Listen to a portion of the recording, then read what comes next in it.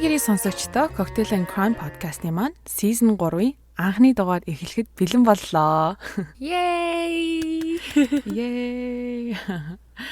За тэгээд бид хоёр жилийнхаа ойгоор нэлээд удаан бодсноосоо илүү яг амраад буцаад хүрээд ирлээ. Тэгээд маш олон хүмүүс санжин гэж эхлээд санжин гэж мессеж ичижсэн. Сүүлдээ одоо болооч ээ гэж мессеж ичлээ.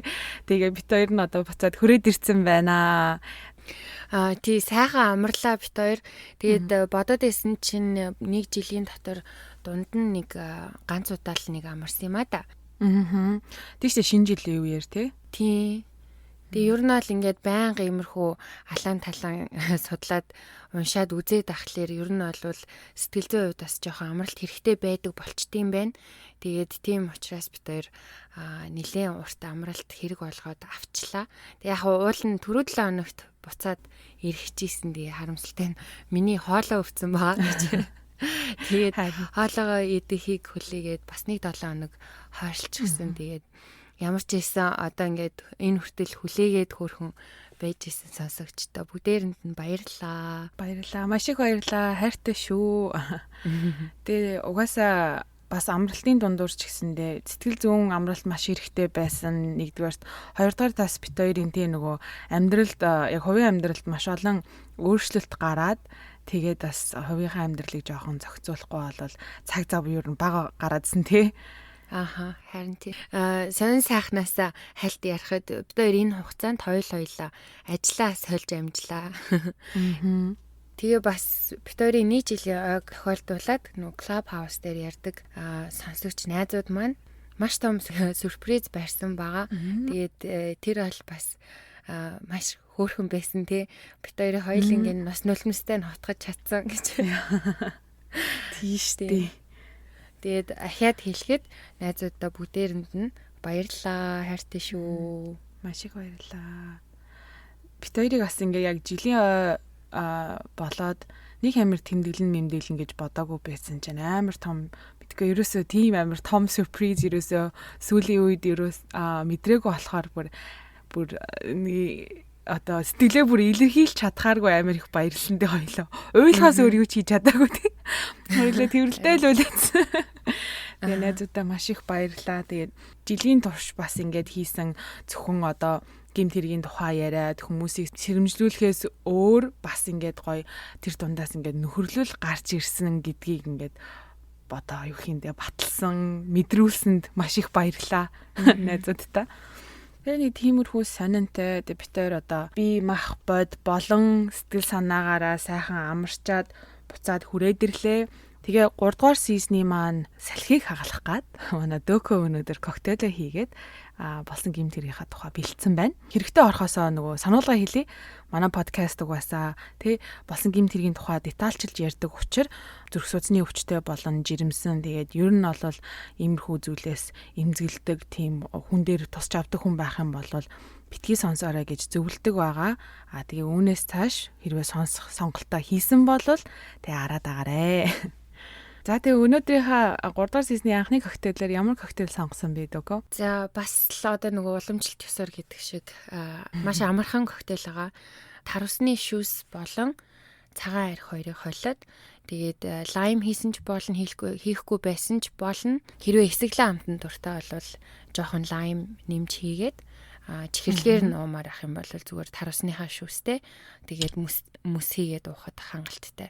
Яг зуны уйлралд амар халуун бахад бүр уухад амар гоё коктейл байна. Жимслэг. Тий. Бас үсээд юу яах юм бол газтай ус их юм бол бас гоё час хийсэн болмоор юм шиг санагдчих шүү. Тийм тий. Тэгээд яг өстой ямар амтан дуртай яг хүслээрээ гэдэг шиг тэгээд хийж уух боломжтой амархан коктейл хийлээ өнөөдөр. За.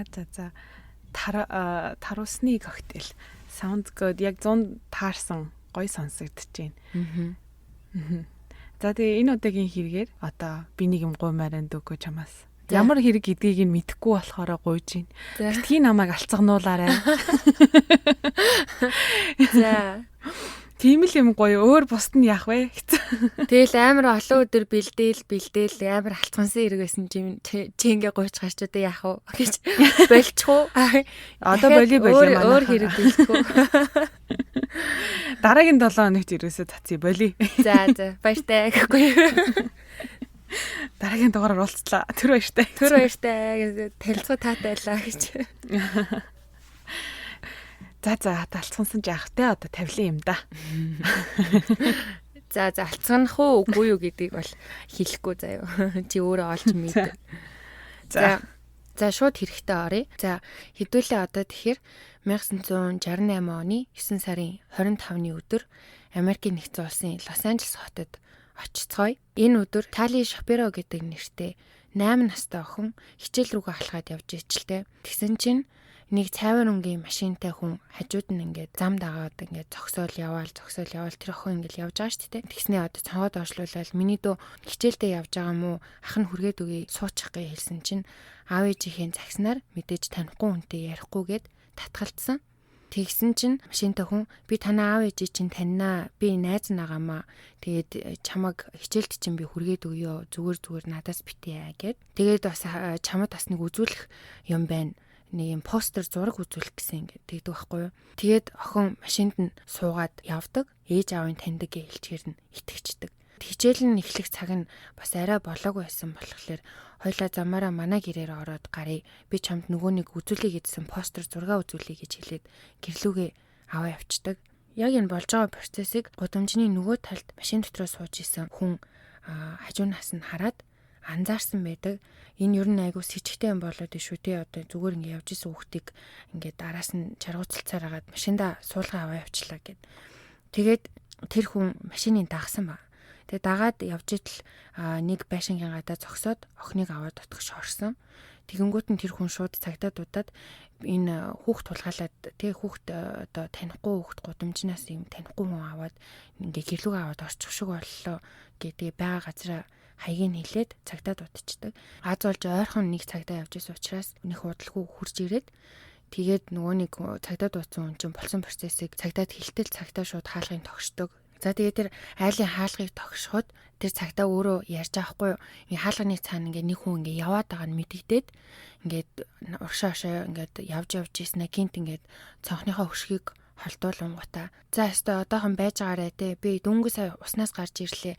Хувцас өмсөд өстө одоохон гэд нэг эрэхтэй шав шалтан хүн хилчээд цаашаа явдаг байхгүй юу. Тэгсэн чинь тэр хооронд тэр цагтаа юу ажигласан гэхээр нэгдүгээрт тэр хүн ерөөсөө нойтон байгаагүй. Үс нь хуваараа байсан. Хоёрдугаарт ямар ч тийм альчуур энэ төр барьсан юм байгаагүй. Тэгэнгүүт нь тэр шууд чамд 3 секунд өгье гэд тоолж байгаа байхгүй. Тэгээ тоолоод 3 секунд гэж хэлсэн ч гэсэн 5 тоолоод тэгээд онгойлохгүй байхаар нь хаалгыг эвдэж орсон ба. Хаалгаар ормогц баруун талд нь хоол иддэг өрөө нь зүүн талд нь том өрөө тэгээ чигээрээ ингээ галтгооно гэсэн тийм байрлалтай байрсан гэж. Тэгээ галтгооныхаа шалан дээр нэг жоохон охин эргэн тойронд ингээ битүү цус олчихсан. Бүх хувцсыг тайлаад хувцас гутал энэ төр ингээ шалаар нэг тэг ингээ замбраагүй. Тэг хүзүүн дээр нь юм урт нарийнхан төмөр байсан гэж байна. Тэр угаасаа ингээ харваас ойлгомжтой хоолойг нь бооход ашиглаж исэн төмөр байсан. Цагдаа шууд очоод охины амьсгалыг шалгаж үзэхэд охин угаасаа аль хэдийн амьсгал хураацсан, амьсгалахгүй байсан учраас нас орсон байна гэж үзээд алуучныг хайх гэдэг гарах гэдэг зэхэх үед охин ханиалгаад гахад цэцэж эхэлдэг. Тэгэл энэ үед угаасаа тэр цагдаа яг юм тийм чухал шийдвэр гаргах хэрэгтэй болсон байгаа байхгүй юу? Охины амийг аврах гэж үзэх үү? Эсвэл гэмтэтгээд яраас гүөх үү гэсэн юм том шийдвэр гаргах хэрэгтэй болоод тэгээд тэр цагдаа өөрөө уйлаад ярьж байхгүй ингээ энэ олон жилийн дараа хүсэн ярилцлага байхгүй юу? Тэрэн дээр уйлаад тэр охин ингээд амар өргөмөр байсан те бүр ингээд бүх юм цусандаа ингээд бодогдцсан.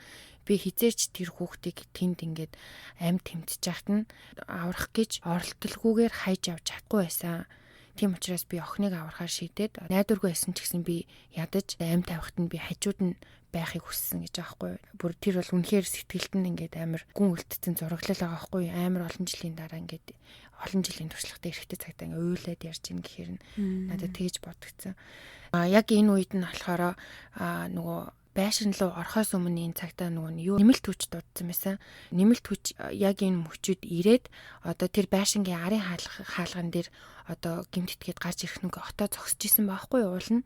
Тэгсэн чинь нэмэлт хүч ирснээ тэр цагтаа мэдсэн учраас ойрлоод охин амьд байна. Би одоо энд үлдлээ шүү гэдгийг мэдэгдээд ууг нь ойрлсон байна. Тэгсэн чинь харамсалтай нь нөгөө нэмэлт хүчээр ирсэн цагтаа тэрийг нь тусламж хүсээд дуудаад байна гэж бодоод гүүгээ хүрээд ирсэн. Тэгээ яг энэ хооронд гимтэтгээд яг нөгөө хойд хаалгаар зүгтаач чадсан байна. Охиныг түргэнийхээ ирээд аваад явсаа хойгоор цагдаа нар тухайн байранд одоо хийн амьдарч исэн болохыг нь тогтоох гээд нэгжлэг хийсэн. Тэгэхэд 25 настай UCLA буюу одоо нөгөө Лос Анжелес хотын их сургуульд гэрэл зурагч нар сурдаг Rodney Alcala гэдэг нэртэй оюутан байхыг олж мэдсэн. Тали охиныг эмчнэр болохоор найдваргүй гэж исэн. Тэгээд бүхэл бүтэн 32 өдрийн турш команд буюу одоо ухаангүй байсны дараа сэргээд амь аврагдсан юм билээ. Одоо энэ амар явдал чинь мэдээж охины гэр бүлд маш том цохилт болоод тэгээд аав ээж нь охиноо аваад нутаг буцахаар шийдсэн. Тэр нь болохоор Мексик улс руу руугээ удалгүй гурлаа нүүчихсэн юм билээ. Тали том болоод бас саяхан өгсөн ярилцлаганда болохоор би ерөөсөө машин цугаал шууд ингээд буумаар санагдсан гэж аахгүй юу. Тэгээд гэрт нь орсноос хойш бол би өөртөө юу ч сандгүй гэж хэлж илээ. Дэж одоо тэр даруй тэр Родни гэдэг оюутан хүүхдийг ерэн сурвалжилж эхэлж байгаа. Родни гэж хинбэ те бага наснаас нь бага зэрэг ярий. Түүний бүтэн нэр нь болохоор Rodrigo Jack Alcala Bucua гэдэг нэртэй 1943 оны 8 сарын 23-нд Техас мужийн Сан Антонио хотод Мексик гэр бүлд 4 хүүхэдтэй айлын 3 дахь хүүхэд нь болж төрсөн. 1951 онд эмээг их нь бие муудаад тэдний гэр бүлээрээ Мексик руу нүгээд удаагүй байжсэн чинь эмээ нь нас ороод харамсалтай нь аав нь гэр бүлээ орхиод өөр хүн дагаа явцдаг. Мексикт 3 жилийн турш амьдарч агаад ээж нь хүүхдүүдээ аваад Америкт буцаж ирдэг. Америкт буцаж ирэхдээ Лос Анжелес хотод суурьцгаасан. Хит хитэн тийм подкаст сонссон л доо бас нэг хит хитэн артикл уншаад баримтат кино энтрийг үзсэн. Тэгэхэд болвол Роднигийн одоо бага наснд ямарваа нэгэн тийм бусад алуурчдад одоо түгээмэл байдаг сэтгэл зүйн асуудлууд нь штэ. Тийм юм бол байгаагүй. Сэтгэл зүйн болон бие махбодын ямар ч тийм хүчирхийлэл байсан тухай ямар ч мэдээлэл байгаагүй. Ээж нь ингээд чад хатгаараа хүүхдүүд айгу сайн сургуульд явуулаад хүүхдүүдээ маш сайн хайрладаг. Родни ч гэсэн өөрөө энгийн тэг ангийнхан дундаа хүндлэгдсэн хамт олон сайтай, сайн нэртэй, ухаантай гэж дүгнэгддэг тийм жирийн л тийм хүүхэд байсан байгаа. 1961 онд 18 настайдаа Родни цэрэгт яваад ер нь цэрэгт очиод асуудлууд баг багаар гарч ирсэн юм бэлээ л дээ. 1964 онд гинт чөлөө авахгүйгээр цэргээсээ цугтаагаад замын унаанд дайгтаад ээжийнхэн гэрт очиж исэн удаатай. Ер нь тэгээд цэрэгт тахта одоо сонин зан ааш гаргаад жижиг сажиг тийм хэрэг төвөгт орооцолтоод байгаад харна одоо сэтгцийн эмчэд үзүүлсэн юм байна л да. Цэргийн сэтгэл засалч нар болохоор түүнийг antisocial personality disorder буюу одоо нийгмийн эсрэг нийгэмтэйгээ зөрчилдсөн тийм сэтгэл зүйн эмгэгтэй гэж оншилдог. Одоо тийм хүмүүсийн нийтлэг шинж чанар чи одоо нөгөө хоёлаас урд нь ярьжсэн те бусдын эрхийг хүндэлдэггүй, ер нь бусдыг юусоо хайхардаггүй, маш залжин, тэг хүмүүсийн тархи угааж одоо манипуляц хийхдээ маш сайн. Ерөнхийдөө гэмт хэрэгт орооцолтчих гээд байдаг тийм талтай хүмүүс байдаг юм байна л та. Энэ эмгэг нь нилийн хүнд гэсэн онш авсан. Тэгээд яг тэр шалтгаанаараа Родник цэргээс хугацаанаас өмнө чөлөөлсөн юм байлээ. Цэргээсээ чөлөөлөгдөд шууд Лос Анжелес хотод буцаж ирж сууршаад тэгээд одоо нөгөө түрүүний хэлснээр UCLA зурагч нар сурч эхэлсэн юм байлээ. Бас нэх удалгүй эхнийхээ халдлагыг хийсэн нь одоо энэ Тали охины хулгайлаад хүчиндээд зодоод хоолойг нь боож цус нүчтэй утгасан байсан нь тэр байж энэ явдлаас хойш Родни цугтаагаад тэр чигтээ Нью-Йорк хот руу нүүсэн юм байлээ. Нью-Йорк хотод очиод Нью-Йоркийн их сургуульд John Berger гэдэг хуурамч нэрээр киноны ангид сурч эхэлсэн. Тарда Нью-Йоркийн их сургууль гэдэг чинь бас маш том сургууль штэ. Тэгэхэд зүгээр очиод шууд хуурамч нэрээр ингээд сургуульд орсон гэхээр бас айгүй сонирн байгааз би бас энэ тал дээр жоохон гайхажсэн. 70-аад оны хувьд он л да тэгээд хайшийн тухайн үед бичиг баримт тэгж их шалгадаггүй байсан юм эсвэл хуурамчаар хийгээд тийм амархан байсан юм уу тий би бас амар гайхсан. Ямар ч гэсэн ингээ хуурамч нэрээр айгүй том сургуульд тэр дороо орчихсон юм бэ нэлээ. За 1971 онд хүүхдийн дүрслэх урлагийн тусланд хуурамч нэрээ John Burger болгож өөрчлөөд ажилд орсон баг. Яг тухайн үед болохоор Тали охины хэрэг гараад 3 жил өнгөрсөн байсан бөгөөд FBI буюу одоо холбооны мөрдөх товчоо энэ хэргийг өөрсдөн дээр авч ажиллаад FBI-ийн 10 Most Wanted буюу одоо нөгөө 90 сурвалжилж байгаа хамгийн зартай 10 хүний жагсаалтанд оруулснаар түүний зураг нь ингээ хаа сайгүй хэвлэгдэж самбарт хадагдаж эхэлсэн. Тэгсэн чи яг тэр ажиллаж исэн туслангийнх нь 2 хүүхэд нь тохиолдлоор шуудан орох ёстой болоод шуудан орсон чи шууданд яг зураг нь одоо ингээд постлогдсон байсан байхгүй юу. Тэгээ зургийг хараад шууд таниад нөгөө 2 хүүхэд чинь эргэж ирээ багштай хэлсэн чинь багш нь за хинт ч дийлэр би очиж шалгачаад ирээ гэд. Тэгээ багш нь очиж шалгачаад энэ яг манад ажиллаж байгаа хүмүүн байна гэд. Тэгээ шууд цагдаа дууддаг. Тэгээ цагдаа нар FBI-д хэлээд Родниг баривчилж чадсан ба. Одоо эн чинь юу аа штэ зүүн эрэхт байгаа штэ. Тэгээ баривчлагдаа шууд Лос Анжелесийн цагдаа руу шилжүүлэгдсэн. Тали охины хэрэгээр буюу одоо насан туршаагүй хүүхэд хүчиндэж, тамалж, амь насанд нь хүрэх гэж оролцсон хэрэгээр яллах гэсэн боловч харамсалтай нөгөө охины гэр бүл аль хэдийн Мексик руу нүүцгээсэн байсан.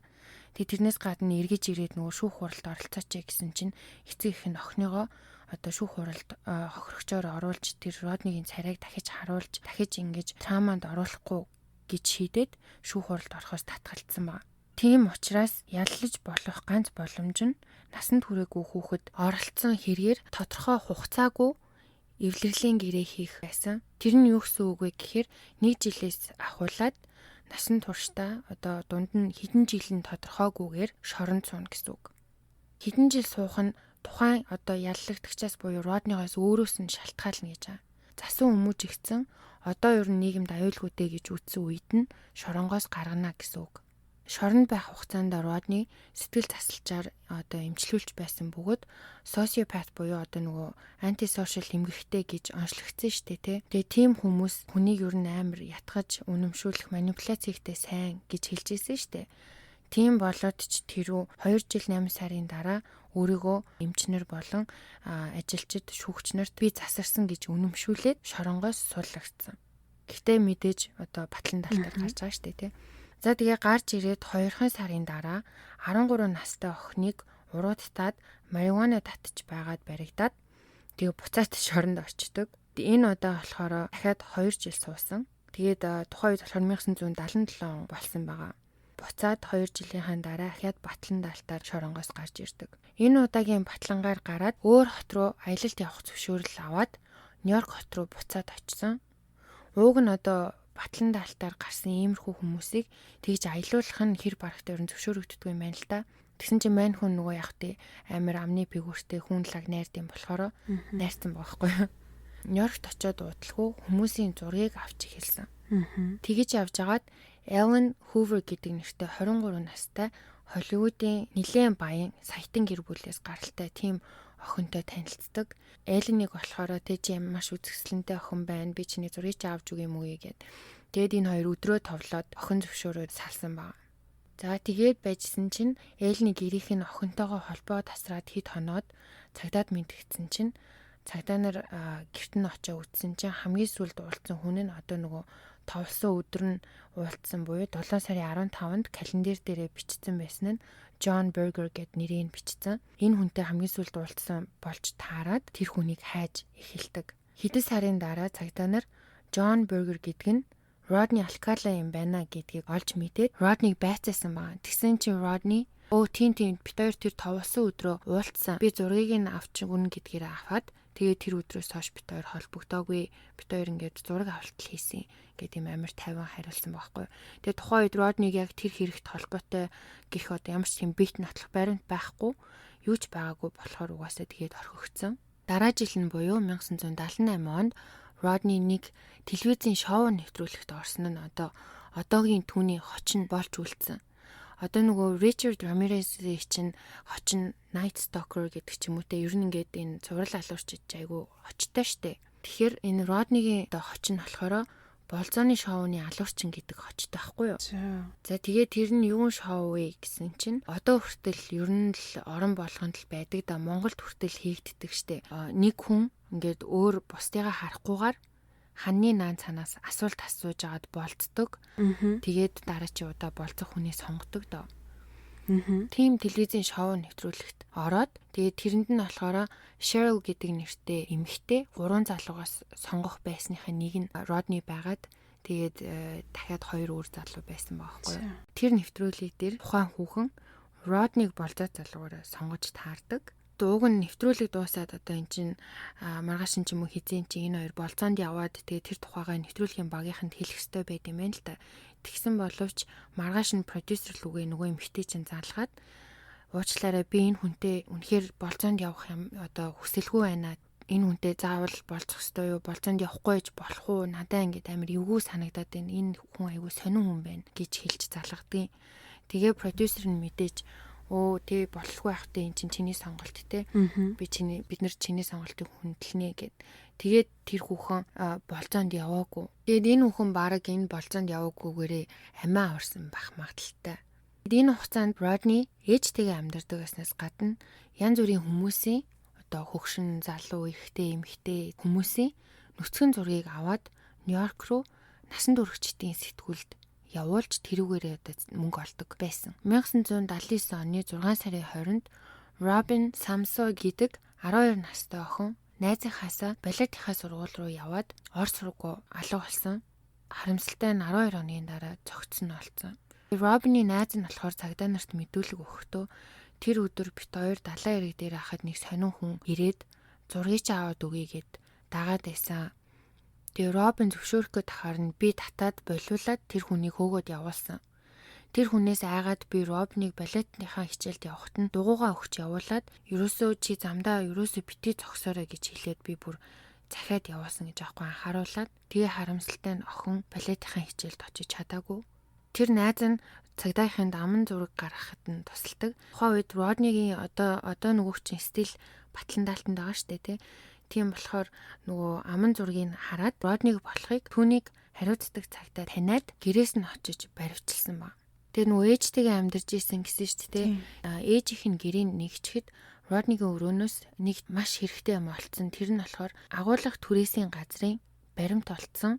Тэр нь тэгээд бас тэр Калифорниад ч биш, бүр Нью-Йоркт ч биш, бүр хаасан Вашингтон мужийн Сиэтл хотод байдаг тийм агуулгах болж таарсан. Тэр агуулгахнаас нь юу гарсан гэхээр зөндөө олон эмэгнүүд болон мянган гэрэл зургууд олцсон. Тэр эмэгнүүд дунд нь Robin охины эмэг байхыг нь ар гэрийнхэн нь таньдаг. 1979 оны 7 сард Rodney баривчлагдаад дараа жил нь Robin охины хэрэгээр шүүх хурал нь болж буруутай гэдэг нь нотлогдоод цаазаар авах ял авдаг.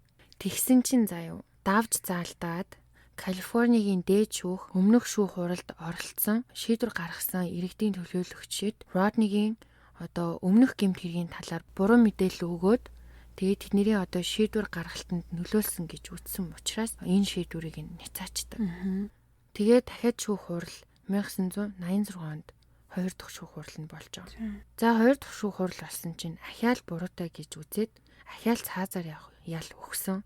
За ингээд эцэст нь шоронд татжгаад одоо цаазлуулах нь гэж бодож байтал 2001 онд түүний цаазын ял нь ахиад няцаагдсан. Хоёр дахь.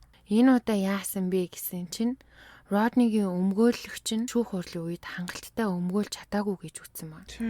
Тэгээд одоо энэ үед гэхээр 2001 он болчихж байгаа. ДНК-гийн шинжлэх ухаан сайжирсан байсан бөгөөд Rodney-гийн хэрэг дээр одоо шинээр арай залуухан цагтаа томилогдоод ажиллаж исэн үе. Rodney-г өмнө нь хит хитэн хэрэгт ууг нь сэжгэлж исэн байхгүй юу. Тэг бүр ингээд мэдүүлэг хүртэл авч исэн. Гисэдэж одоо ерөөсөө ямар ч нотлох баримтгүй байсан учраас ерөөсөө холбогдож чадаагүй хэрэгүүд хит байсан байхгүй юу. Тэгсэн чинь одоо энэ шинээр томилогдсон цагта нөгөө нэг охины эмэг олоход байсан бусад эмэг зүйлтнүүд нь штэ тэднийг ДНХ-гийн шинжилгээнд явуулаад тэгсэн чинь эцдүүд нь бүгдээрээ заяа 70-аад оны үед нэг бол ор сургууй алга болчихсон, нэг бол ясны юм уу цогцсон олцсон эмэгтэйчүүд их болж таарсан. Бүр яс тогтоогдсон болохоор 4 хүн байдаг. Эхнийх нь болохоор Charlotte Lamb гэж хүүхэн, хоёрдугаарх нь Jill Parenteau, гуравдугаарх нь Georgia Wickstead, дөрөвдүгээрх нь Jill Barcombe гэдэг ийм 4 эмэгтэй байгаа. Ингээд Родниг цоврал алуурчин болохыг таамаглаж исэн ч гэсэндээ одоо л ингээд бит нотлох баримттай барьж авч байгаа хгүй юу. Тодорхой хохирогчтой ч болчихж байгаа. Тэгэд энэ удаагийн шүүх хурал дээр саяны 4 хэргийг нэмээд нийтдээ 5 хүний хүн амын хэргээр орж байгаа. Тэгээ хамгийн сонирхолтой нь энэ удаа Родни нөгөө Ted Bundy өөрийгөө өмгөөлж исэн шүү дээ тий. Тэрэн шиг адилхан энэ 3 дахь шүүх хурал дээр Родни өмгөөлөгчгүй өөрөө өөрийгөө өмгөөлж орсон. Тэгээ өөрөө өөрийгөө өмгөөлнө гэхээр манайхан бас мэдчих. Тэгээ өөрөө өөрөөсөө асуулт асуугаад тэрэндээ өөрөө хариулна. Гэрчүүдээс бас өөрөө асуулт тавиад ингээд явна гэсэн үг шүү дээ. Тэгэд энэ үйлдэл нь ер нь бол өөрийнх нь ямар тийм нарциссист те өөрийгөө бусдаас илүү ухаантай энэ төр гэж одоо боддогтой нь холбоотой тэрнээс нь үүдэлтэй байгаа хгүй юу. Угаасаа нарциссистик хүн байсан юм байлээ. Тэгэд энэ удаагийн хурлаар цагдаа нар шүүгч нарт Родниг одоо нэг зүгээр ч нэг юм алуурчин биш ямар муухай садист тийм хэрцгий амтан гэдгийг нь нотлохын тулд яаж хохирогчдыг тамалж алсан тухай ингээ бүр амар дэлгэрэнгүй танилцуулдаг. Родни одоо хохирогчтой алхахтаа ихэнхдээ хүчтэй ямар зохиод ч юм уу эсвэл хоолойг нь боож ухаан алдуулчаад хүчндээд тэгс хэрэгхээр нь дахиж ухаан алдуулаад хүчндээд ингээд бүр ингээд өгтлэн зодоод цус нүчтэй нь хольж ингэж амар тамалж яргалж алдаг байсан байхгүй юу. Тэгээ тэр олгоныг баримт нотлохотой гаргаж ирээд хэргийн газрын одоо зургууттай бүгдийг нь үзүүлээд тэгэд энэ удаагийн шүүхтэр бас нэг сонирхолтой гэх юм уу да болсон юм нь болохоор түүний хамгийн анхны хохирогч буюу одоо нөгөө 8 настайд нь алхаа шахсан Тали гэдэг охин биш үү? Тэр хүн одоо том болчихсон шүүх хурлын танхимд нь байсан. Эцэст нь шүүхийн шийдвэрээр бүх хэрэгт буруутай гэж үзээд ахиад цаазаар авах ял сонссон. 2019 онд Калифорни мууж цаазын ял сонссон хүмүүсээ одоо бүгдийнх нь хугацааг нь хойшлуулсан гинэ. Тэгэхээр Родни бараг цаазаар ахуулж өгөх биш шорондоо байж байгаад ингээд байгалийн жамаараа өгөхөр болсон байгаа. Тэгээ болоогүй заяа цаазын ял аваад ингээд насаараа шоронд суучлаа штэ. Тэгэхэд байж хахад 2012 онд Нью-Йоркт байхдаа Ялан гэдэг нөгөө нэг баян айлын охин алга болсон штэ. Тэгээ Родниос мэдүүлэг авч ирсэн. Тэр тэгээ дээрээс нь нэг онгоцны үйлчлэгч Корнела гэдэг нэртэй бүсгүй хоёрын үхэлд эд мөрийн баримтууд нь олдоод буруутгагдаад шүүх хуралд нь оруулахаар Нью-Йорк руу шилжүүлдэг. Тэгээ энэ хоёрын хэрэгт болохоор Родни эхлээд би буруугүй би мэдэхгүй гэж гүрийж исэн бол удалгүй хэрэгээ үлээгээд буруутайгаа хүлээн зөвшөөрсөн. Нью-Йоркт болохоор нөгөө цаазаар авдаггүй болохоор одоо байгаа тэр цаазын ялан дээр нэмэлтээр 25 жилээс насаар нь хорих ял өгсөн. Цаазын ял 3 дахь сонссноос нь хойш одоо нөгөө хамгийн сүүлийн шүүх хурал штэ. Тэрнээс нь хойш цагдаа нар Роднид байсан нөгөө зургнуудаас 120 ширхгийг нь олон нийтэд дийлгээд зураг дээр хүмүүс дунд ямар нэгэн байдлаар Родни хохироож байсан уу гэд илгээд тэгсэн чинь дор хаяж заяо 6 гэр бүл гэр бүлийнхээ гишүүний зургийг таниад амар олон жилийн өмнө ор сургуу алга болсон тухай мэдэгддэг. 2013 онд Кристин гэгч 1982 онд тухайд 28 настай байхдаа хүнд алуулаад цогцон олдчихсэн тийм хүүхний гэр бүл нь одоо тэр зурган дундаас Кристиний 2 зургийг олж хараад тэгээд одоо Родни алсан болох нь бараг ингээд тодорхой болсон юм байлээ. Тэгээ одоо хүртэл ер нь бол 110 ширхэг зураг олон нийтэд ил хിവэрэ байгаа, олон нийтийн тусламж хүссэн хിവэрэ байгаа яг өнөөдрийг хүртэл цаана нь ахиад одоо олон нийтэд дэлгээгүй 900-аад зураг байгаа гэж авах үг нь. Гэхдээ тэрийг дэлгэх боломжгүй яа тэгэхээр тэд нар бүгдээрээ нүцгэн зургнууд учраас. Одоо тэгээд мэдгдсэн л 5 6 хүний үхэл болохоос биш цаана хичнээн олон хүн алуулсан юм итгэхгүй дээрээс нь хичнээн олон хүн хүчндүүлсэн гэсэн тийм эмгтээчүүд байгаа мэдэхгүй. Саяхныг болтол Калифорниуд шоронд байжгаад одоо яг өнөөдрөөс 5 хоногийн өмнө буюу энэ оны 7 сарын 24-нд Родни шорондоо нас орсон юм билээ. Саяхан. Тийм 7 сарын 24-нд.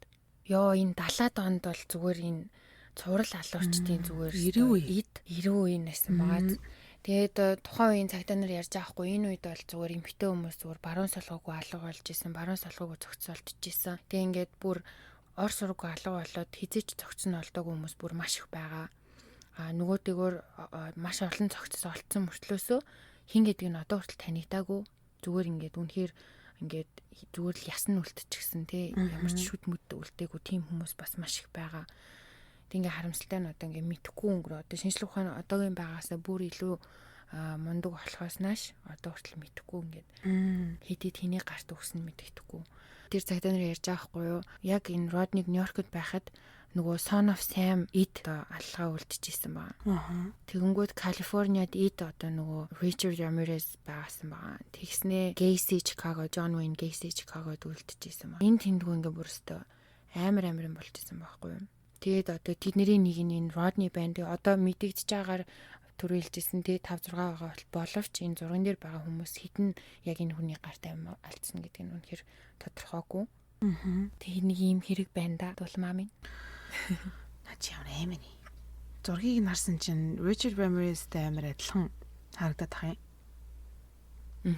Нэг нь одоо шана мана нүд мүдэн жоохон төстэй юм шиг. Гэтэ Richard Ramirez илүү нэг хурц харцтай юм шиг санагдлаа. Ямар ойр тийм сонсоогүй байсан чи бас амар юу орч штт. Дон хидл орч ир гэсэн. Сонссон чи. Тэгээд юу айгүй сонирхол байд юм байна. Одоо би энэ хэрэгээ ярина гэ 5 хоногийн өмнө гэхэд би бол сонгоцсон байсан айлээ тий. Тэгээд нөгөө багаар материал цуглуулаа явж исэн. Тэгсэн чи хараа өнөөдөр нас орчлаа гэд яг тухайн нас ордог өдөр нь пост орсон байсан аахгүй. Би дээр бүр гайхаад юу вэ нэр юм бах таа гэд тэгсэн чинь яг үнэхээр нас орсон юм билээ. Тэгээд яг яаж гэдгийг нь бол нийт зарлаагүй лээ. Гэхдээ зүгээр яг байглаараа одоо цаг нь болоод гэх юм уу да нас орсон. Насны эцэст юм билээ. Ямар нэгэн гадны нөлөөгүй гэр. Би харин сая чамаас яг асуух чийлээ 5 хоногийн өмнө нас орсон гэхээр нь би мэдэнээс харчаад энэ хүний тухай ярьдсан билүү гэж ботсон уу эсвэл сонгоцсон байсан уу гэж асуух чийлээ. Хариулчлаа гэсэн. Тэр олон нийтэд тавьсан те 126-аас одоо цаана 110 үлдсэн гэсэн үү те.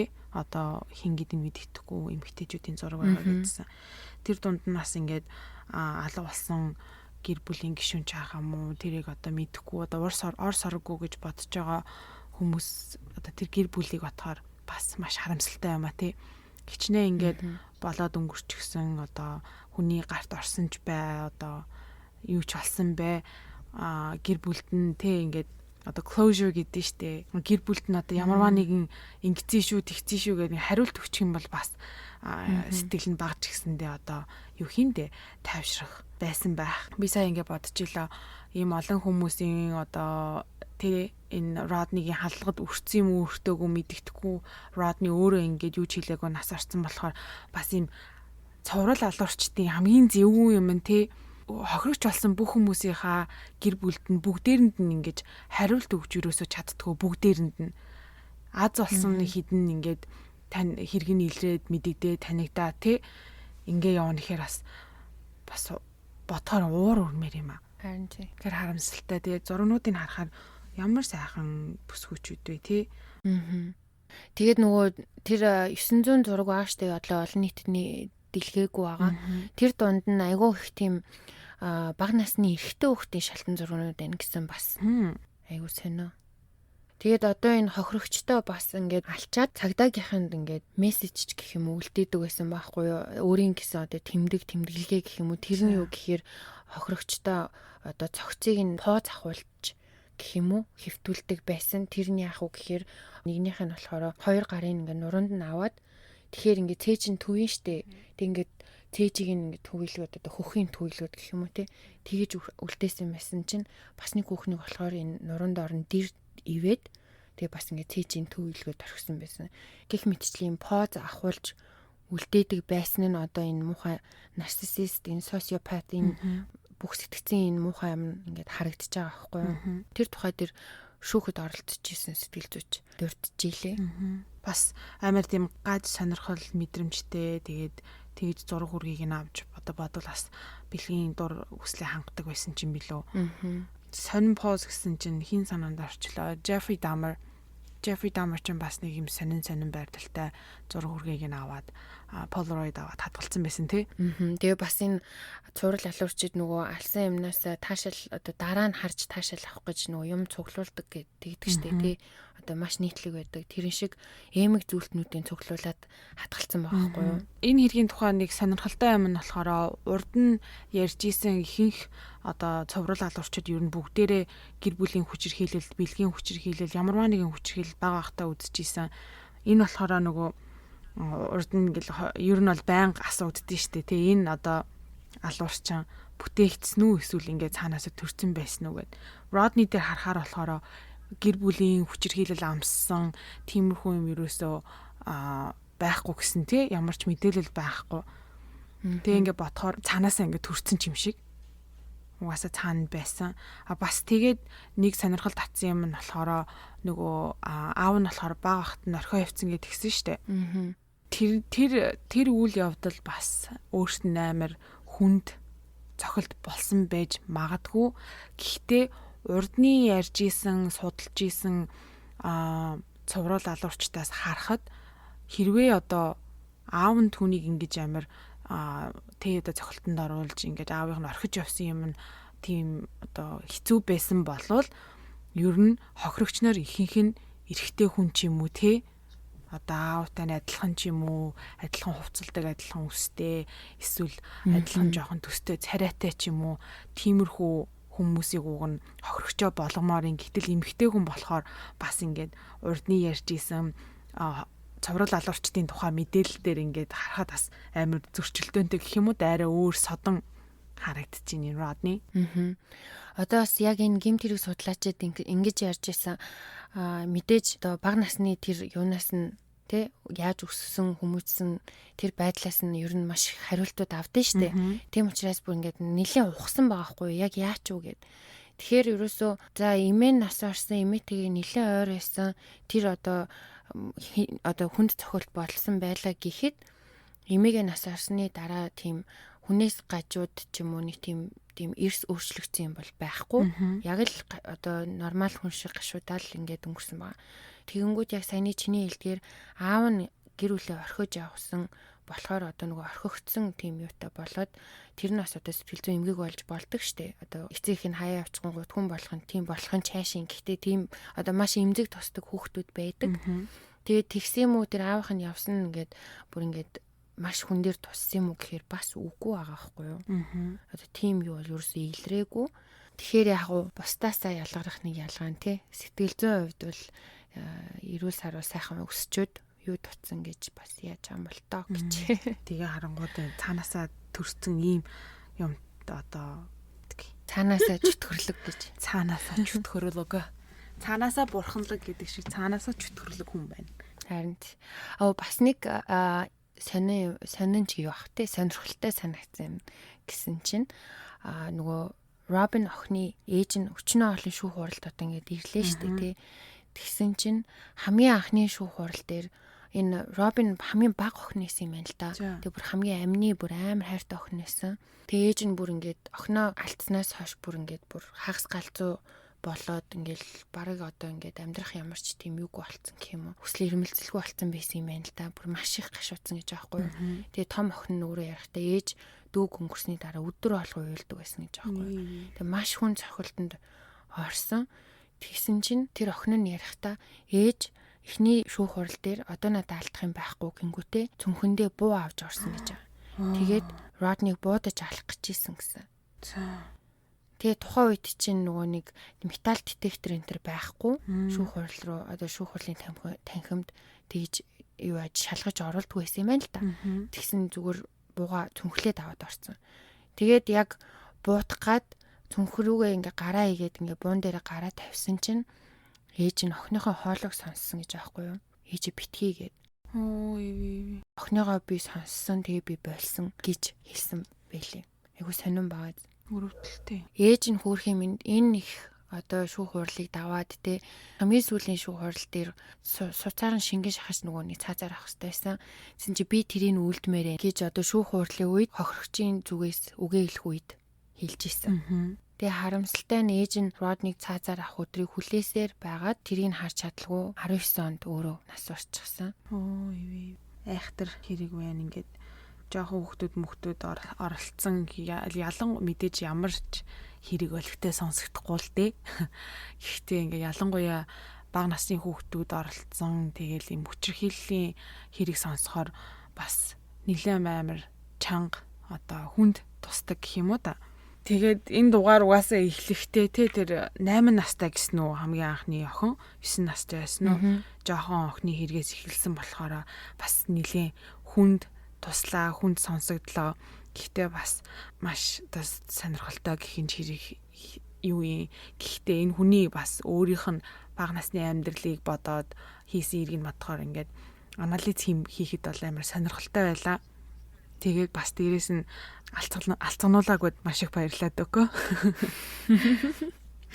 Зүгээрээ. За тэгээд 3 дугаар сизны анхны дугаараар бас маш сонирхолтой коктейл хийгээд бас сонирхолтой хэргийн тухай ярьж өгсөн дөгөөдөө маш их баярлалаа. За тэгээд энэ дугаарыг дуустал нь сонссон хүмүүс хэн байдаг үлээ дөгөө? MVP. MVP нартай маш их баярлаа. MVP гэснээс нэрээ манай нэг MVP аль соолын Япон улстайгаа бит хоёрын хайртай найздаа shout out хий гэж бодлоо. Тэгээд Сэржа маань сонсож байгаа юм бол миний найз хүчтэй байгаарэ. Бид эд чинь бүгдээрээ хамт байгаа шүү. Тэгээд бүгдээрээ чамдаа хайртай шүү. Хүмүүс ойлгохгүй магадгүй гэхдээ Сэржа ойлгоно. Хайртай шүү сайр минь. За тэгээд 3 дугаар сизны анхны дугаар ингээд өндөрлөж байна. Дараагийнхаа дугаараар уулзтал түр баяртай. Bye.